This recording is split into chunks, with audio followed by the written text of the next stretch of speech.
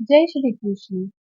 आज हम सभी कार्तिक मास महात्म्य के 10वें अध्याय की कथा श्रवण करेंगे। तो आइए आप सभी अपना ध्यान ठाकुर जी के श्री चरणों में केंद्रित करें और इस पावन कथा का आनंद लें। मायापति नारायण के चरणों में शीश नवाऊं। 10वां अध्याय कार्तिक का नारायण के सन्मुख सुनाऊं। राजा भृगु बोले, हे ऋषि श्रेष्ठ नारद जी, आपको प्रणाम है। कृपया अब यह बताने की कृपा कीजिए कि जब भगवान शंकर ने अपने मस्तक के तेज को क्षीर सागर में डाला तो उस समय क्या हुआ? नारद जी बोले, हे राजन, जब भगवान शंकर ने अपना वह तेज क्षीर सागर में डाल दिया तो उस समय वह शीघ्र ही बालक होकर सागर के संगम पर बैठकर संसार को भय देने वाला रुदन करने लगा। उसके रुदन से संपूर्ण जगत व्याकुल हो उठा। लोकपाल भी व्याकुल हो गए, चराचर चलायमान हो गया। शंकर सुवन के रुदन से संपूर्ण ब्रह्मांड व्याकुल हो गया। यह देखकर सभी देवता और ऋषि मुनि व्याकुल होकर ब्रह्मा जी की शरण में गए और उन्हें प्रणाम कर उनकी स्तुति करने लगे। उन सभी ने ब्रह्मा जी से कहा, हे पितामह, यह बहुत ही विकट परिस्थिति उत्पन्न हो गई है। हे महायोगिन, इसको नष्ट कीजिए।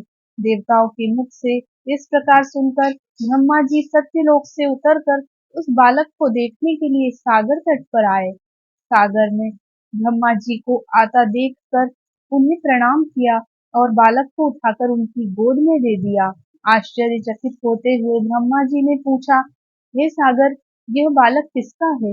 शीघ्रता पूर्वक कहो।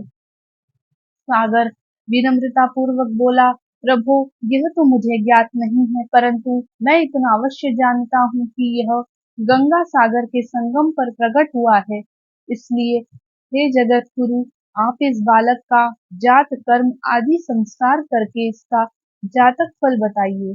नारद जी राजा पृथु से बोले, सागर ब्रह्मा जी के गले में हाथ डालकर बार बार उनका आकर्षण कर रहा था। फिर तो उसने ब्रह्मा जी का गला इतनी जोर से पकड़ा कि उससे पीड़ित होकर ब्रह्मा जी की आंखों से अश्रु टपकने लगे। ब्रह्मा जी ने अपने दोनों हाथों का जोर लगाकर किसी प्रकार सागर से अपना गला छुड़ाया और सागर से कहा, हे सागर सुनो, मैं तुम्हारे इस पुत्र का जातक फल कहता हूँ। मेरे नेत्रों से जो यह जल निकला है, इस कारण इसका नाम जलंधर होगा। उत्पन्न होते ही यह तरुणावस्था को प्राप्त हो गया है, इसलिए यह सब शास्त्रों का पारगामी, महापराक्रमी, महावीर, बलशाली, महायोद्धा और रण में विजय प्राप्त करने वाला होगा। यह बालक सभी दैत्यों का अधिपति होगा। यह किसी से भी पराजित न होने वाला तथा भगवान विष्णु को भी जीतने वाला होगा। भगवान शंकर को छोड़कर यह सबसे अवध्य होगा। जहाँ से इसकी उत्पत्ति हुई है, यह वहीं जाएगा। इसकी पत्नी बड़ी पतिव्रता, सौभाग्यशालिनी, सर्वांग सुंदरी, परम मनोहर, मधुर वाणी बोलने वाली तथा शीलवान होगी। सागर से इस प्रकार कहकर ब्रह्मा जी ने शुक्राचार्य को बुलवाया और उनके हाथों से बालक का राज्याभिषेक कराकर स्वयं अंतर्ध्यान हो गए। बालक को देखकर सागर की प्रसन्नता की सीमा न रही। वह हर्षित मन से घर आ गया। फिर सागर में उस बालक का लालन पालन कर उसे पुष्ट किया। फिर कालनेमी नामक असुर को बुलाकर वृंदा नामक कन्या से विधि पूर्वक उसका विवाह करा दिया गया। उस विवाह में बहुत बड़ा उत्सव हुआ। श्री शुक्राचार्य के प्रभाव से पत्नी सहित जलंधर दैत्यों का राजा हो गया।